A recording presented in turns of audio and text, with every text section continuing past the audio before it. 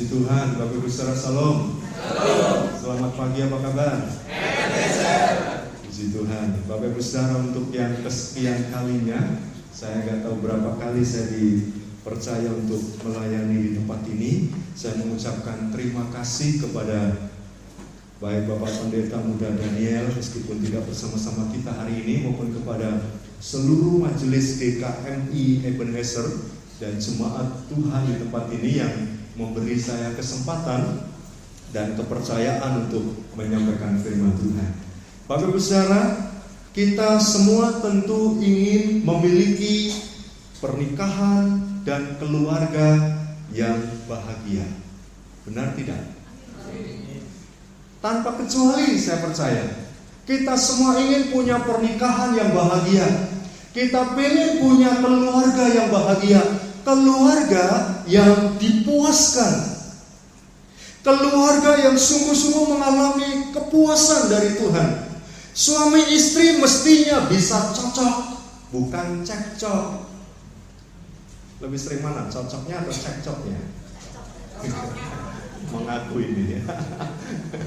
Suami istri mestinya bisa duet, bukan duel. Nah, lebih sering mana kalau yang ini? Duelnya atau duetnya? Ya? Nanti pengakuan dosa, Pak ya. Suami istri mestinya bisa bersanding, bukan bertanding. Ya, bisa rukun kemana-mana, bersanding di mana-mana, bersanding kemana-mana, bukan bertanding di mana-mana.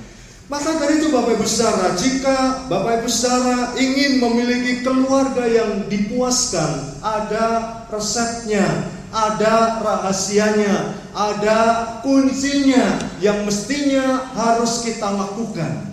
Lalu pertanyaannya, apa kuncinya? Apa rahasianya? Apa resepnya supaya kita bisa memiliki keluarga yang dipuaskan? Mari bersama-sama kita mau baca Yohanes pasalnya yang keempat, ayatnya yang kelima sampai ayatnya yang ke-15.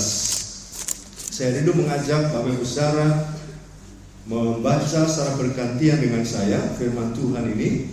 Saya membaca ayat yang ganjil mulai ayat 5 dan nanti Bapak Ibu ayat 6. Tetapi nanti ayat 15 kita baca bersama-sama. Yohanes pasal 4 ayat 5 sampai 15. Saya mulai ayat 5, demikian firman Tuhan. Maka sampailah ia ke sebuah kota di Samaria yang bernama Sikar, dekat tanah yang diberikan Yakub dahulu kepada anaknya Yusuf. Di situ terdapat sumur Yakub. Yesus sangat kecil berjalan, anakku dia yang duduk di pinggir sumur itu. Maka datanglah seorang perempuan Samaria hendak menimba air. Kata Yesus kepadanya, berilah aku minum.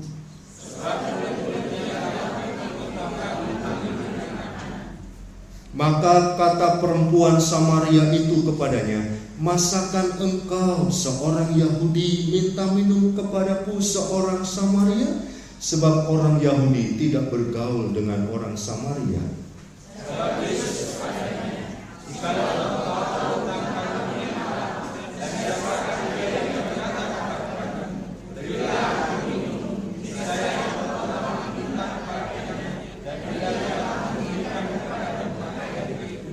Kata perempuan itu kepadanya, Tuhan, engkau tidak punya timba, dan sumur ini amat dalam. Dari manakah engkau memperoleh air hidup itu?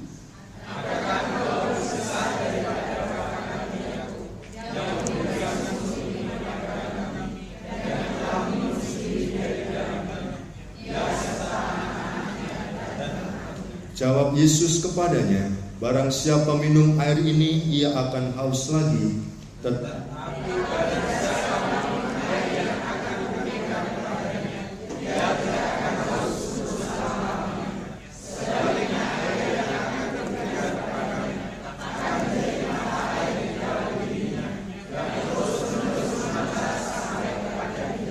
Bersama-sama, kata perempuan itu kepadanya, Tuhan, berikanlah aku air itu, supaya aku tidak haus dan tidak usah datang lagi ke sini untuk menimba air. Amin.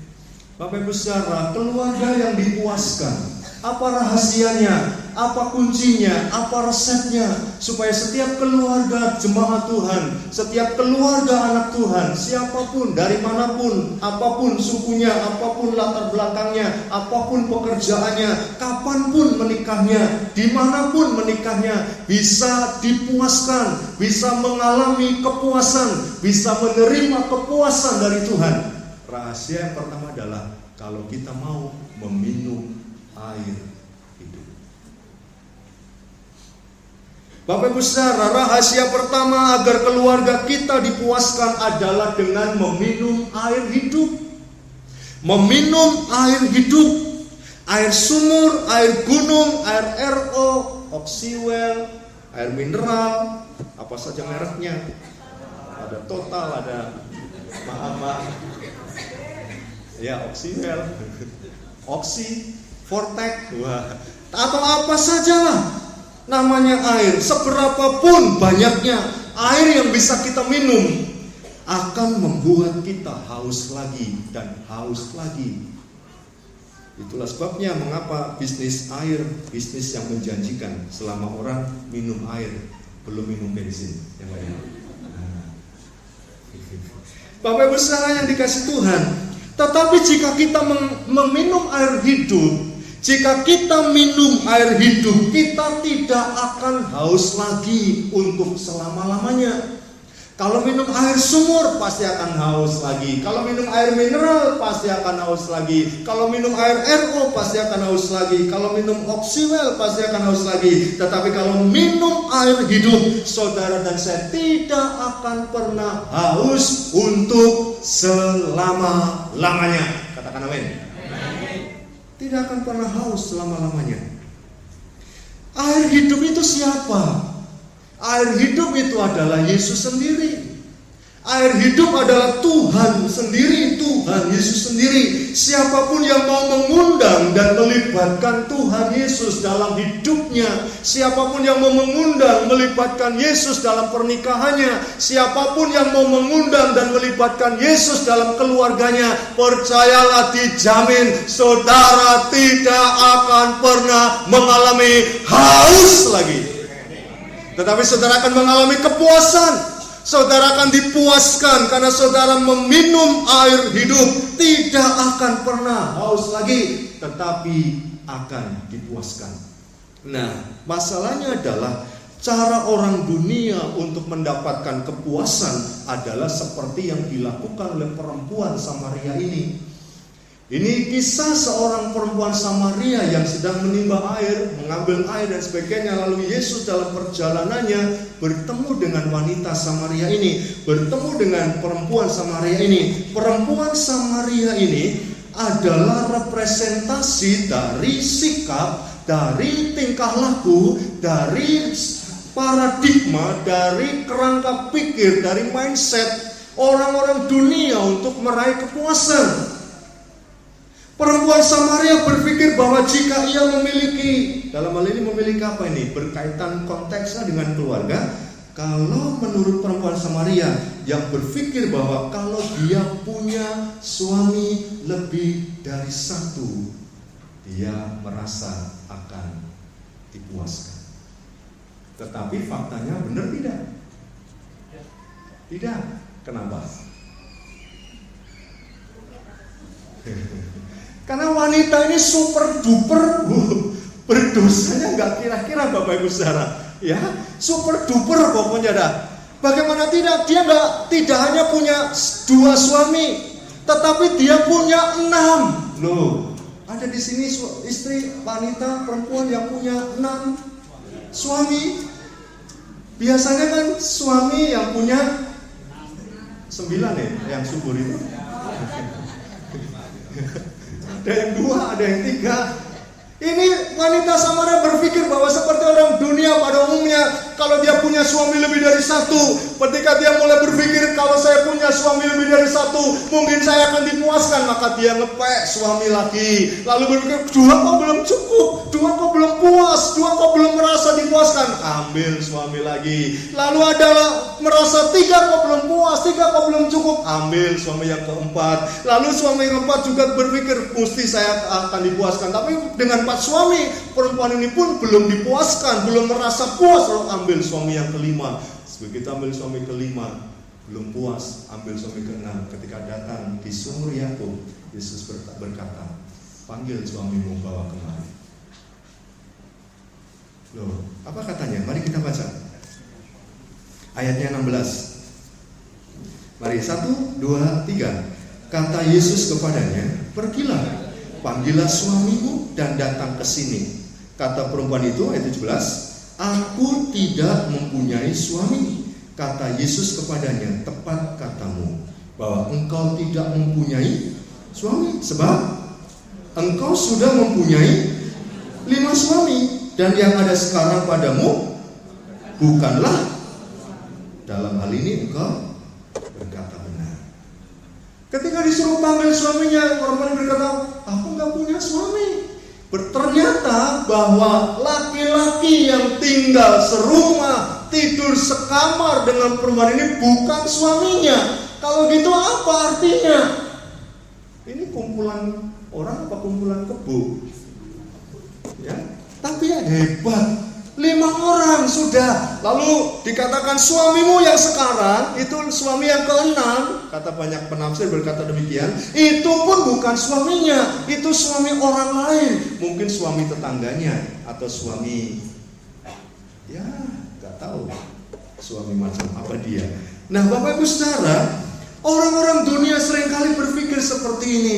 Dengan punya suami banyak, dengan punya istri banyak, mereka merasa akan dipuaskan. Dengan berpikir mereka punya yang banyak, punya harta banyak, punya kekayaan yang banyak, punya uang yang banyak, punya rumah yang banyak, punya jabatan yang banyak, punya gelar yang banyak, mereka akan dipuaskan. Tetapi hari ini dengarkan jemaat Tuhan yang dikasihi, itu tidak akan pernah memuaskan saudara.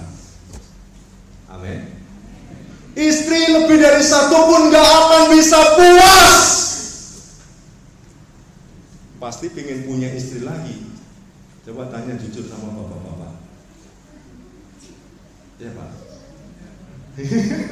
Di sini ada istrinya malu-malu. Di rumah, aduh kalau saya punya istri itu ya, mungkin saya nggak akan puas. Amin. Tidak akan pernah bisa puas, dah saya jamin. Saudara mau punya istri berapapun gak akan pernah puas, tapi akan selalu bermasalah, itu betul. Gak akan pernah puas. Meskipun kita punya banyak kayak apapun, rumah banyak, mobil banyak, tanah banyak, harta banyak, suami banyak, istri banyak, apa saja banyak, tetapi percayalah tidak akan pernah kita merasa dipuaskan. Itu tidak akan pernah memuaskan saudara, karena Yesus sudah merancangkan sedemikian rupa bahwa manusia punya yang namanya kekosongan jiwa yang tidak akan pernah dipuaskan dengan apapun yang ada di dunia kecuali oleh Yesus sendiri. Maka manusia punya kerinduan yang terdalam untuk bertemu dengan Tuhannya. Manusia punya kerinduan yang terdalam untuk bertemu dengan Allahnya. Manusia punya kerinduan terdalam untuk ada Tuhan yang disembah, Tuhan yang bisa memuaskan hidupnya, Tuhan yang bisa memuaskan hatinya. Dan itu hanya bisa ditemukan di dalam air hidup itu, yaitu Yesus sendiri. Dan ketika Yesus bertemu dengan wanita ini, Yesus berkata, kalau kamu minum air hidup, engkau tidak akan, apa kata firman Tuhan? Lagi selama-lamanya. Bapak Ibu Saudara, karena itu kita hanya akan dipuaskan ketika kita ada di dalam Yesus. Kita akan dipuaskan ketika Yesus ada di dalam kita. Kita akan dipuaskan ketika Yesus ada dalam pernikahan saudara. Saudara akan dipuaskan ketika saudara mengundang Yesus, melibatkan Yesus dalam keluarga saudara, melibatkan Yesus dalam kehidupan, aktivitas rumah tangga dan keluarga saudara. Tanpa saudara melibatkan Yesus, saudara tidak akan puas apapun dan kemanapun saudara pergi mencari kepuasan, kalau tidak ketemu dengan sumber air hidup, saudara tidak akan pernah merasa puas dan tidak akan pernah dipuaskan. Bisa bilang amin? Amin. Haleluya. Kan itu Bapak Ibu Saudara, mari tinggallah di dalam Yesus, menempel dalam Yesus, tetap menempel dekat dengan Yesus, menempel dekat erat dengan Yesus. Saya teringat kisah dalam kitab yang sama pasal yang kedua, di mana Tuhan Yesus mengadakan mukjizat pertama kali pada sebuah pesta perkawinan di sebuah desa kecil, namanya adalah desa Kana. Bapak Ibu Saudara, tidak usah kita baca ayat yang terlalu panjang nanti. Dalam Yohanes pasal 2 ayat 11, Yesus melakukan mukjizat pertama di pernikahan. Yesus melakukan mukjizat pertama bukan di kolam Bethesda, bukan di pinggir jalan, bukan di desa yang lain, bukan membangkitkan Lazarus dari orang mati, dari antara orang mati, tetapi Yesus mengadakan mukjizat untuk kali yang pertama adalah di mana? Perkawinan, di pernikahan. Itu artinya Yesus juga mau membuat mukjizat dalam pernikahan saudara. Amin. Dalam pernikahan itu Bapak Ibu Saudara, di Kana itu Yesus mengubah air biasa menjadi air anggur yang enak, yang lezat. Karena biasa tradisi orang Yahudi, kalau mereka mengadakan pesta perkawinan, itu menyediakan anggur dari mulai jam pertama undangan ditulis itu sampai nanti jam terakhir pagi harinya, karena di sana biasanya undangan perkawinan itu bisa 24 jam. Harus disediakan anggur yang manis, anggur yang baik, anggur yang bisa memuaskan. Ini bukan anggur yang memabukkan, ini anggur yang tidak difermentasi, yang dilakukan Yesus dengan sarana air biasa. Sarana air biasa pun ini bukan air biasa, Bapak Ibu ambil dari galon total lalu dibawa kepada Yesus dan Yesus mengubahnya menjadi anggur. Tetapi ingat bahwa air ini adalah air dari tempayan pembasuhan. Tradisi orang Yahudi, kalau mau masuk rumah kakinya dibasuh. Bukan hanya kaki yang disiram dengan air, kadang-kadang ada yang agak nakal sedikit, kakinya dimasukkan ke tempayan. Bayangkan kayak apa airnya. Kalau Bapak Ibu lihat air kayak gitu dicemplungi kaki, lalu saya bilang, mari Pak Ibu silakan lu diminum, mau nggak? Pak Anto ini opo orang duit total ini. Iklan Pak, nanti biaya iklannya mahal ini. Apa nggak punya air mineral toh ini? Air bekas cemplungannya kaki orang apalagi ini di desa, maaf. Di desa biasa ini kalau nggak musim hujan masih agak baik, musim hujan pun debu di kaki nempel banyak sekali. Kalau kaki yang banyak debu kemudian dicemplung ke air, kira-kira airnya sejernih apa? Siapa nanti yang mau sama-sama minum? Saya nggak mau, tapi sama-sama minum, tapi saya nggak mau. Curang kan? Ini yang dilakukan Yesus, air dari tempayan pembasuhan kira-kira 400 liter lebih. Yesus mengubah air yang kayak gitu menjadi air anggur yang lezat, air anggur yang bagus, air anggur yang enak. Ini memberikan satu pengertian kepada kita bahwa Yesus sanggup melakukan mukjizat dalam keluarga saudara. Yesus peduli dengan pernikahan saudara. Satu-satunya mukjizat pertama kali dilakukan dalam pernikahan. Itu artinya Yesus sangat peduli dengan pernikahan. Yesus memberkati pernikahan. Yesus peduli pernikahan dan tidak akan pernah tutup mata kalau pernikahan yang dirancang olehnya mengalami masalah oleh karena kesalahan kita. Yesus bisa mengubahnya menjadi pernikahan yang luar biasa, keluarga yang diberkati, keluarga yang dipuaskan, dari air yang letek jadi anggur yang manis. Kalau saudara mau datang mengajak Yesus, melibatkan Yesus dalam pernikahan saudara, dalam rumah tangga saudara. Seberapa banyak hari ini Kalau saya boleh katakan, rumah tangga seperti air di tempayan pembasuhan. Tetapi jangan putus asa. Masih ada Yesus. Katakan dengan sebelah kanan kirimu, masih ada Yesus. Keluargamu pasti dipuaskan. Yang ini yuk, keluargamu pasti dipuaskan. Amin. Haleluya. Masih ada Yesus. Yesus peduli banget loh dengan pernikahan Bapak Ibu Saudara. Yesus peduli banget loh dengan keluarga saudara. Maka dari itu datanglah kepadanya, mendekatlah kepadanya. Jangan lari menjauh, tapi larilah mendekat. Yesus sumber kepuasan sejati. Yesus mampu memulihkan keluarga saudara. Apapun yang dikatakan dunia gak mungkin dan gak mungkin, tak mungkin dan tak mungkin. Dengar hari ini, Yesus sanggup memuaskan saudara. Minum air hidup itu. Datang kepada Yesus. Ajak Yesus. Undang Yesus dalam pernikahan dan keluarga saudara. Jangan saudara berusaha berjalan sendiri. Jangan saudara berusaha dengan akal saudara. Tapi undang, ajak, libatkan Yesus dalam keluarga saudara. Saudara pasti akan dipuaskan. Yang kedua, rahasia yang kedua supaya kita mengalami kepuasan dalam rumah tangga kita, dalam keluarga kita, selain kita meminum air hidup, rahasia yang kedua adalah belajar memahami dan mengerti perbedaan antara pria dan wanita. Ini penting Bapak Ibu Saudara. Ini penting untuk kita tahu. Ini penting untuk kita pahami. Bukan sekadar hanya datang kepada Yesus lalu semuanya akan beres. Tetapi kita juga perlu mengubah mindset kita. Kita juga perlu mengubah pola pikir kita. Kita perlu mengubah paradigma kita, pandangan kita.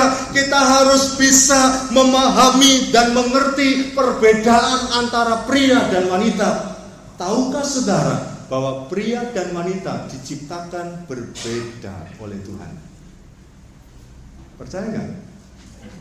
Percaya pasti. Nggak ada kan pria disebut Pak Anto cantiknya? Nggak ada. Nggak ada Bu Anto gantengnya. Oh ya, hari ini saya datang dengan istri saya, orang tua dan keluarga saya. Ada Pak Minto, Bu Minto, ada Pak Nur Setio dan Bu Nur Setio. Ya, keluarga yang sangat saya kasihi bersama-sama mendampingi saya hari ini. Pasti kalau melihat saya nggak akan berkata, Pak Anto cantik loh, Bu Anto ganteng loh.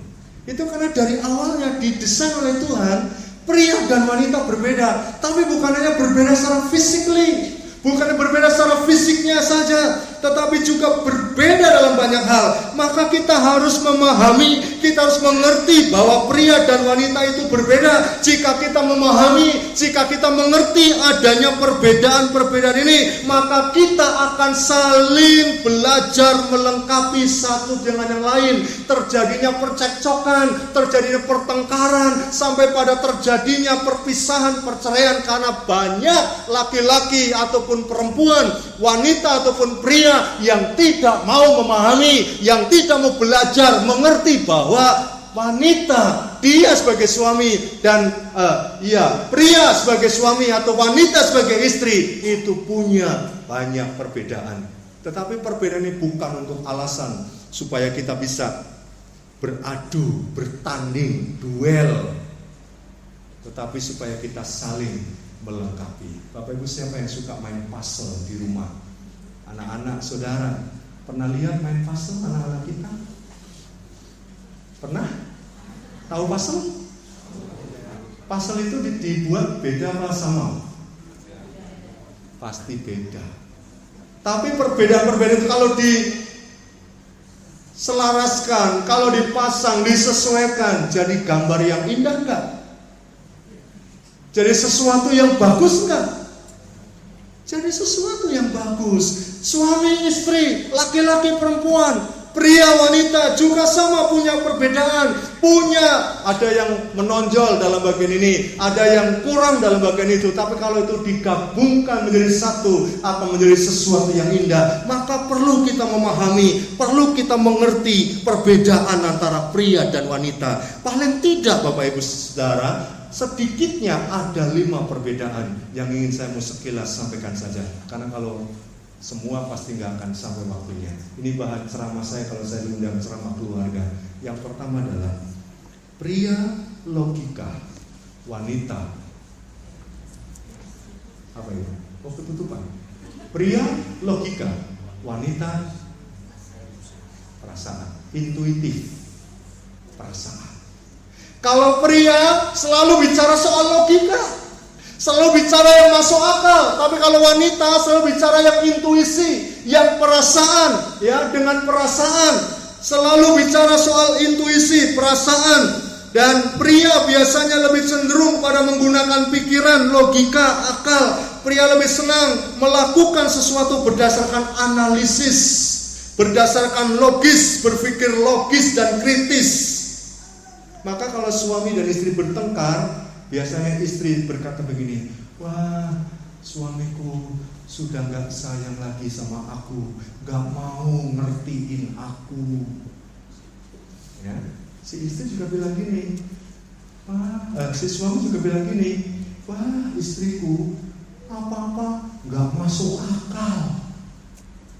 Suamiku, istriku kalau minta gak masuk akal, gak masuk akal dan gak nalar, gak logis. Tapi istrinya bilang, suamiku gak sayang sama aku, sudah gak peduli sama aku, sudah gak ada respon sama aku.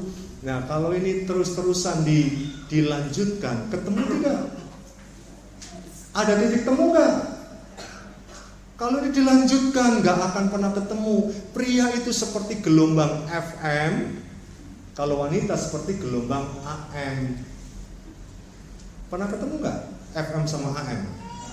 Gak pernah. Kalau saya di 107,7, saudara nyetelnya AM, ya, 107,7 FM, saudara dengar suaranya Pak Timo, lalu Bapak Ibu saudara buka AM, ketemu gak? Dengar gak? Nyambung gak? Gak apa nyambung. Yang nyambung mungkin dangdutannya, yang nyambung mungkin suara yang mendayu-dayu yang lain. Sama suami istri, laki-laki perempuan juga diciptakan Tuhan. Memang laki-laki lebih cenderung kepada logika, kepada pemikiran sistematis, logis, kritis, karena memakai otak sebelah kirinya. Lalu perempuan lebih cenderung memakai otak sebelah kanannya, sehingga wanita lebih cenderung pada perasaan, cenderung kepada intuisinya, sehingga sering sekali bicara suami istri sering tidak masuk, tidak ketemu, tidak bakalan ketemu kalau tidak saling memahami bahwa memang istri seperti itu selalu merasa perasaannya yang lebih diutamakan, dan laki-laki sering menekankan kepada logikanya. Maka kalau bicara ketika istri berkata, suamiku sudah tidak sayang lagi, para bapak bisa berkata, enggak kok, aku sayang banget sama kamu. Pernah begitu Bapak Ibu? Belum. Ya. Oke, cepat aja dah. Nanti dipraktekkan aja di rumah ya. Yang kedua, perbedaan yang kedua, pria pekerjaan, wanita relasi. Tahukah Bapak Ibu bahwa yang ada di otak suamimu itu adalah masalah pekerjaan? Tahu nggak? Yang ada di sini itu soal pekerjaan. Kerja, cari duit, kerja, cari duit, bahkan kalau dia berkeringat itu keringatnya dolar. Karena yang ada di kepala pria itu adalah pekerjaan, aktivitasnya, pekerjaannya. Maka suami atau pria rela kadang-kadang lembur sampai tengah malam, lembur sampai pagi untuk pekerjaan, untuk uangnya. Tidak kurang suami-suami yang pulang kantor sampai jam 3 pagi, jam 4 pagi. Karena apa? Yang ada di kepalanya adalah pekerjaan. Tapi yang ada di wanita, yang ada di kepala wanita adalah relasi, hubungan dekat, kedekatan secara intim. Istrimu, para bapak dengarkan, ingin dekat selalu dengan panjenengan, bapak. suami. Betul tidak ibu-ibu? Betul tidak? Betul apa benul? Perempuan lebih menekankan kepada relasi, kedekatan, hubungan, kedekatan, keintiman. Para istri paling senang kalau ada suami yang mau mendengar. Istri ngomong kan nggak cukup 1-2 kata, ya, secara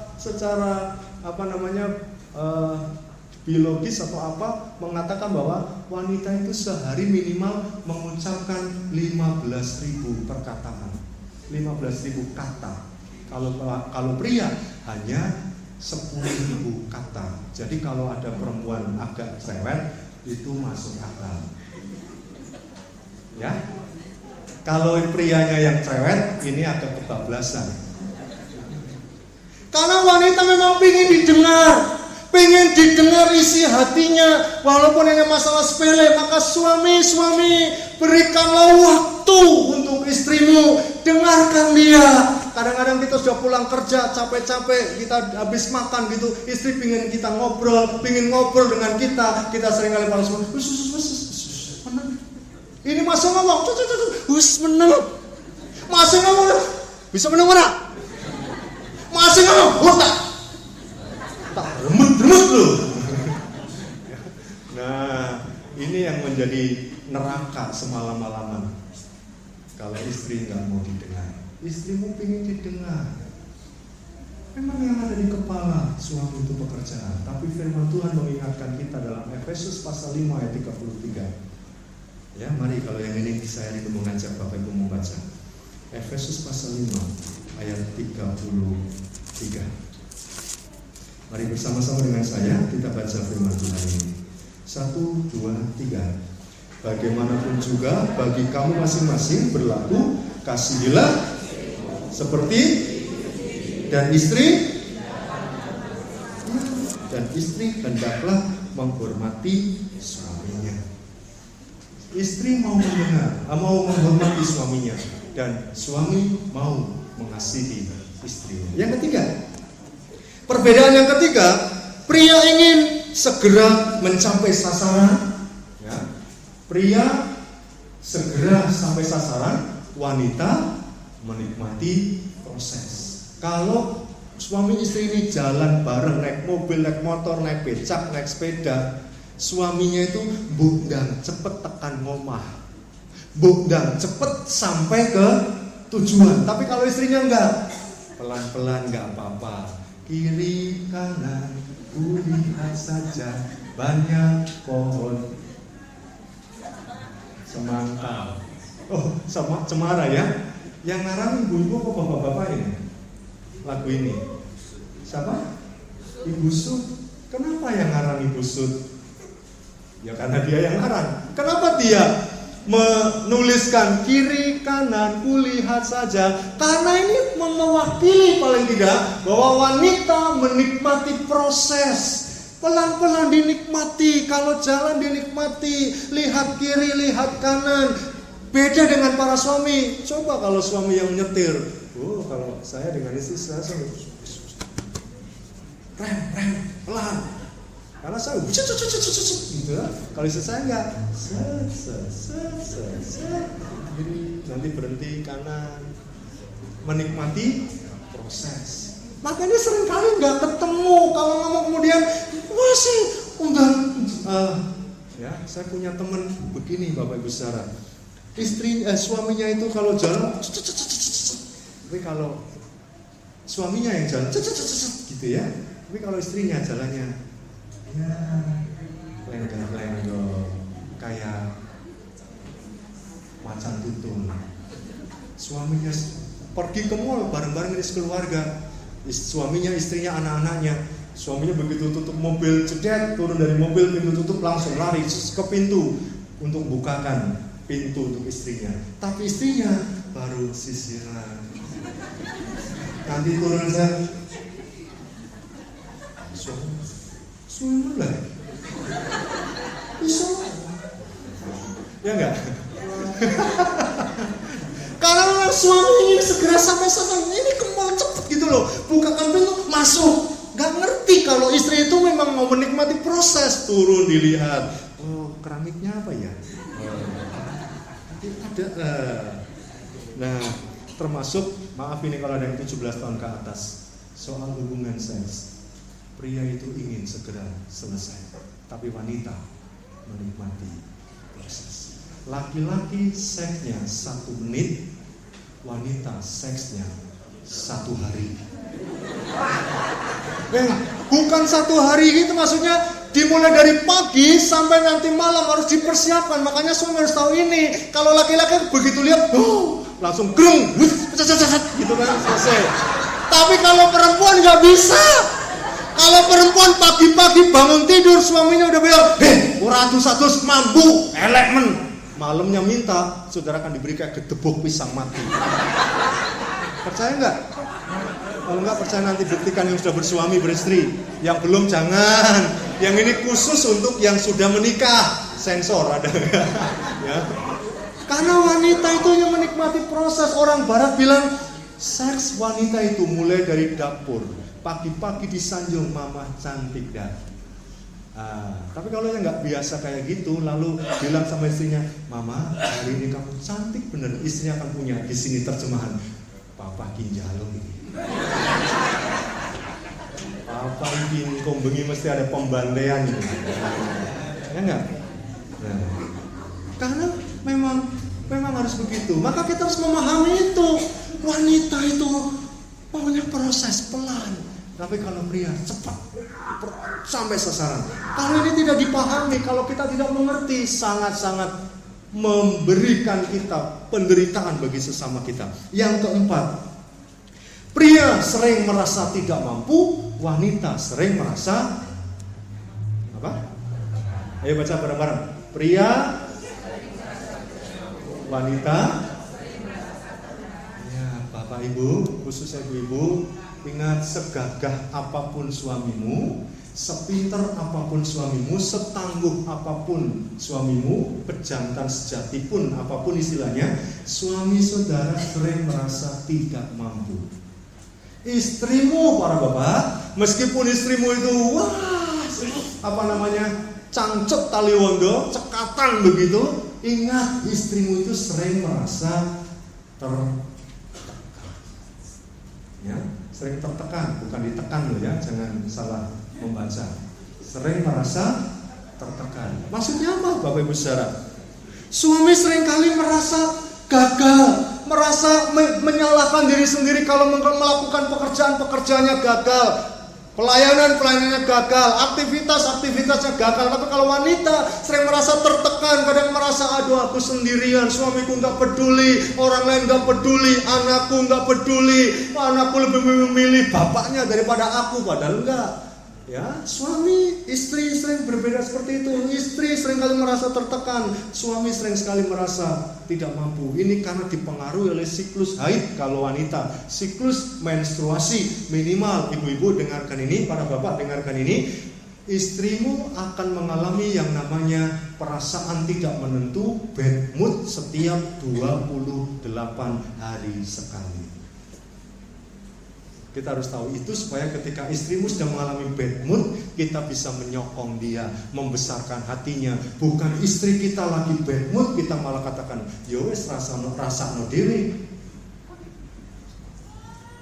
Ya, kita dukung, mama engkau, walaupun usianya sudah 900 tahun, mama engkau tetap cantik. Amin. Lalu para suami sering sekali merasa tidak mampu karena dipengaruhi juga kalau wanita ada menstruasi, haid. Tapi kalau pria ada pria yang haid di sini. Lalu dipengaruhi apa?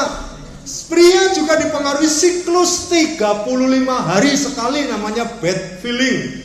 Nah, pria-pria ini 35 hari sekali mengalami bad feeling. Maka pertengkaran sampai kepada perceraian biasanya terjadi pada saat-saat istri masuk hari siklus ke-28 menjelang haidnya, ya. Suami pas hari ke-35 di mana dia mengalami bad feeling, berantem, bertengkar, akhirnya ayo neng pengadilan. talak lo, tak cerai lo. Ya. Maka rata-rata saya membaca sebuah fakta yang berkata bahwa perceraian itu terjadi karena keputusan di hari ke-28 wanita sebelum haid dan 35 hari pria masa bad feeling. Padu terus, cekcok terus sampai pernikahan. Maka kita harus paham ini, kalau dalam kondisi seperti ini jangan membuat keputusan apapun, karena kalau keputusan kita salah, fatal akibatnya penyesalan seumur hidup. Bapak Ibu pasti tidak mau, bukan? Amin. Maka kita harus paham ini. Yang terakhir, pria masa kini dan masa depan, wanita masa lalu dan masa kini. Yang paling ingat masa lalu itu para wanita, para istri, para suami sering mudah lupa. Masa lalu mudah sekali dilupakan. Keuntungannya suami mudah lupa adalah mudah memaafkan. Tapi celakanya laki-laki, suami, pria mudah lupa. Kadang-kadang lupa hari ulang tahun istrinya. Yang lebih celaka, pria lupa kalau sudah beristri.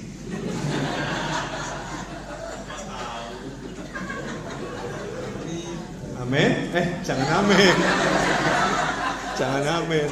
Nah ini Bapak Ibu, wanita masa kini, masa lalu dan masa kini. Kalau pria masa kini dan masa mendatang. Kalau wanita, masih ingat 35 tahun yang lalu seseorang ngomong apa, masih ingat.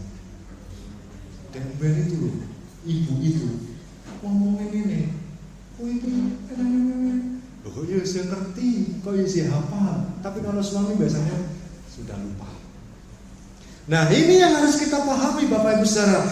Pria memusatkan perhatiannya pada masa kini, yang penting sekarang dan ke depan harus bagaimana, akan kemana. Kalau wanita tidak masa lalu masa kini, maka biasanya meskipun ada beberapa kasus khusus, wanita kalau dengar suaminya ketemu mantan pacarnya, pulang-pulang dia mau enggak bapak-bapak?